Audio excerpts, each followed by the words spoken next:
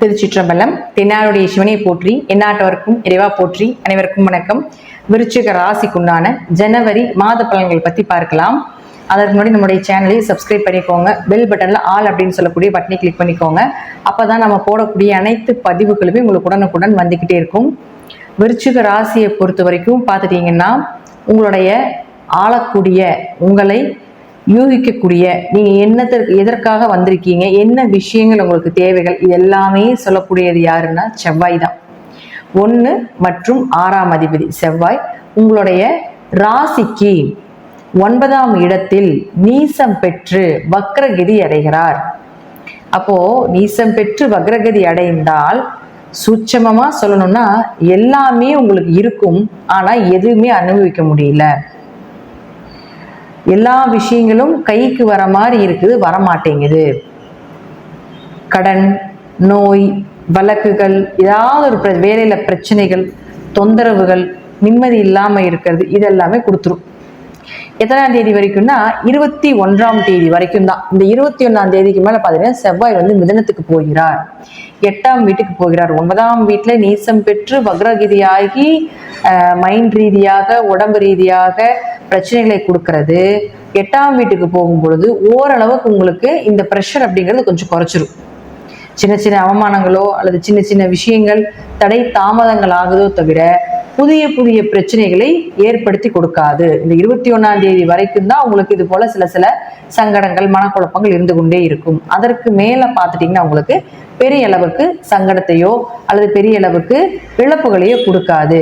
ஒரு சிலருக்கு ஜாதகம் யோக ஜாதகமாக இருந்து விபரீத ராஜயோகத்தை கொடுக்கக்கூடிய ஜாதகமாக இருந்தால் இந்த 8இல் ராசி அதிபதி வரும் பொழுது மறைமுகமாக வரக்கூடிய பணம் வந்து சேரும்.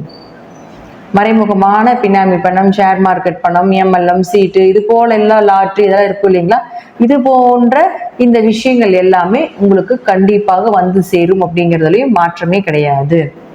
அடுத்து உங்களுக்கு சுக்கிரன். இந்த சுக்கிரன் அப்படின்னு சொல்லக்கூடிய பாருங்க 7 மற்றும் 12ஆம் அதிபதி. அப்ப 7ஆம் அதிபதியான சுக்கிரன் உங்களுடைய ராசிக்கு 4ல நிற்கிறார். கேந்திராதிபதி கேந்திரத்தில் நிற்பது யோகம். திருமணம் சார்ந்த விஷயங்கள், எதிர்பார்த்த திருமண வரவு, அதே போல வீடு மனை சொத்துக்கள் வாங்குவது, வண்டி வாகனங்கள் சார்ந்த விஷயங்கள் உங்களுக்கு சாதகமாக இருப்பது, ஆரோக்கியம் ஓரளவுக்கு சிறப்பாக இருப்பது, இதெல்லாமே ஏற்படுத்தி கொடுத்துருவார். இருப்பினும் 12ஆம் அதிபதியாக இருக்கிறதுனாலயோ ஒரு விரயத்தை கண்டிப்பா குடும்பத்துல நடத்தும்.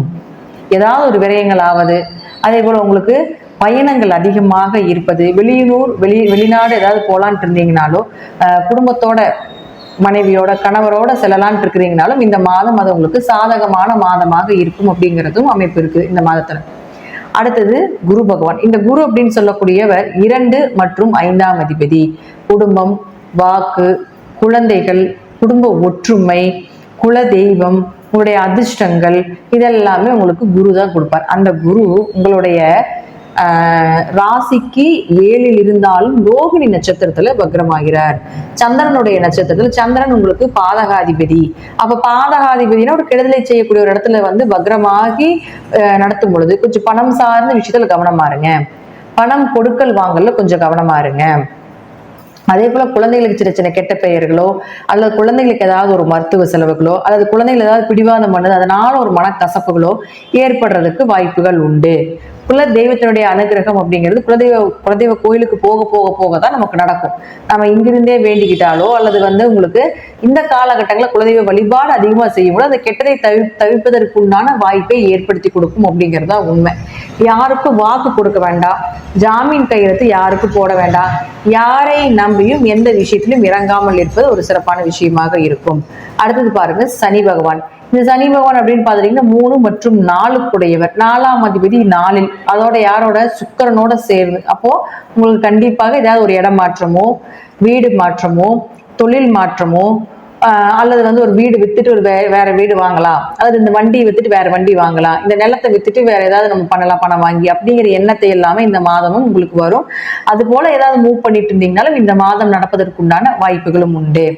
அடுத்தது பாருங்க விருச்சிக ராசிக்கு 8 மற்றும் 11ஆம் அதிபதினு சொல்லக்கூடிய புதன் உங்க ராசிக்குள்ளேயே இருக்காரு. அப்ப 8க்குடையவர் ராசியில இருந்தால் விபரீத ராஜயோகம், திடீர் பணவரவு, இதெல்லாமே உண்டு. ஆனா இந்த 8ஆம் அதிபதி அப்படின்னு சொல்லக்கூடியவர் 4ஆம் தேதிக்கு மேல இருந்து 24ஆம் தேதி வரைக்கும் 2ஆம் வீட்டுல பலமா இருக்கார். ஒரு ஷேர் மார்க்கெட்டில் பணம் வரணும், மறைமுகமாக பணம் வரணும். இதெல்லாம் வந்து பார்த்துட்டிங்கன்னா இந்த சில கிரக சேர்க்கைகளும் கட்டங்களும் வேலை செய்யும். 2, 8, 11 இது போல சில விஷயங்கள்லாம் இருக்கு. இது எல்லாமே இந்த மாதம் உங்களுக்கு சாதகமாக வருகிறது. இந்த 4ஆம் தேதியிலிருந்து 24ஆம் தேதி வரைக்கும் நீங்க கொஞ்சம் மூவ் பண்ணினீங்கன்னா உங்களுக்கு மிகப்பெரிய பண வரவு அப்படிங்கிறது நிச்சயமாக உண்டு. அது அதீத லாபத்தோட வரக்கூடிய ஒரு அமைப்பு உண்டு. அது மட்டும் இல்லாம உங்க ஜாதகத்துல சனியும் சுக்கிரனும் சேர்க்கை வேற, 4ஆம் இடத்துல சேர்க்கை, சுகஸ்தானத்துல சேர்க்கை, தாய்ஸ்தானத்துல சேர்க்கை, இதெல்லாம் வந்து பண வரவுக்குண்டான ஒரு சேர்க்கை. நிறைய கிரக சேர்க்கைகள் இருக்கு பண வரவுக்கு. இருப்பினும் அதுல ஒண்ணு வந்து இந்த சுக்கிரனும் சனியும். இந்த கிரக சேர்க்கைகள் அப்படின்னு பாத்துட்டீங்கன்னா இது இருக்கு, இது நிறைய இருக்கு. அதுல வந்து முதன்மையானதுன்னு கூட நம்ம சொல்லிக்கலாம். இது உங்க ஜாதகத்துக்கு ஒரு சிலருக்கு நல்லா இருக்குது அந்த கிரக சேர்க்கை. உங்க ஜாதகத்துக்கு விபரீத ராஜயோகத்தை கொடுக்கக்கூடிய ஒரு அமைப்பு உண்டு.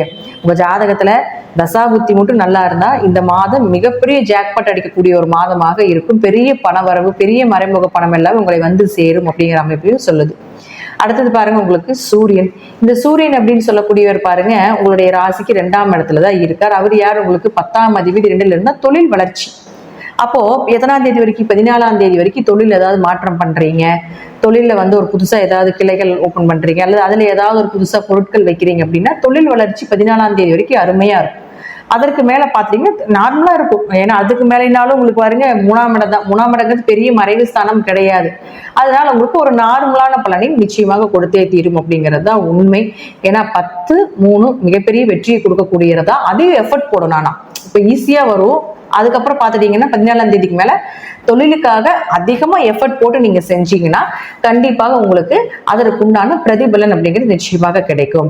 இப்போ இந்த விருச்சிக ராசியை பொறுத்த வரைக்கும் என்னதான் வந்து உங்களுக்கு 4ல சனி இருந்து அர்த்தாஷ்டம சனியாக இருந்தாலும் கூட, குரு வக்ர பார்வை பெற்றாலும் கூட, இந்த மாத கிரக சூழ்நிலையில பார்க்கும் பொழுது நிறைய பண வரவு வர்றதுக்கும், குடும்ப ஒற்றுமையா இருக்கிறதுக்கு உண்டானதும், குடும்ப தேவைகளை பூர்த்தி செய்யறதுக்கு உண்டான ஒரு அமைப்பு தான் இந்த மாதம் விருச்சிக ராசிக்காரர்களுக்கு ஏற்படுது. அதை கொஞ்சம் கவனமாக இருந்து பொறுமையா, ஏன்னா விருச்சிக ராசி அவசரப்பட்டு செஞ்சு மாட்டிக்கும். அதனால பொறுமையா இருந்து ஹேண்டில் பண்ணினீங்கன்னா நிச்சயமாக இந்த மாதத்துல ஒரு மிகப்பெரிய ஒரு ஜாக்பாட் இருக்கு அப்படிங்கிறது உண்மை. இதெல்லாம் உங்களுடைய தசாபுத்தி படி நான் சொல்லக்கூடிய கருத்துக்கள் சிறிது மாறுபடலாம். நன்றி. மீண்டும் ஒரு நல்ல பதிவுல சந்திக்கலாம். திருச்சிற்றம்பலம், தில்லையம்பலம், ஸ்ரீ நரசிம்ம துடிகளி சரணம்.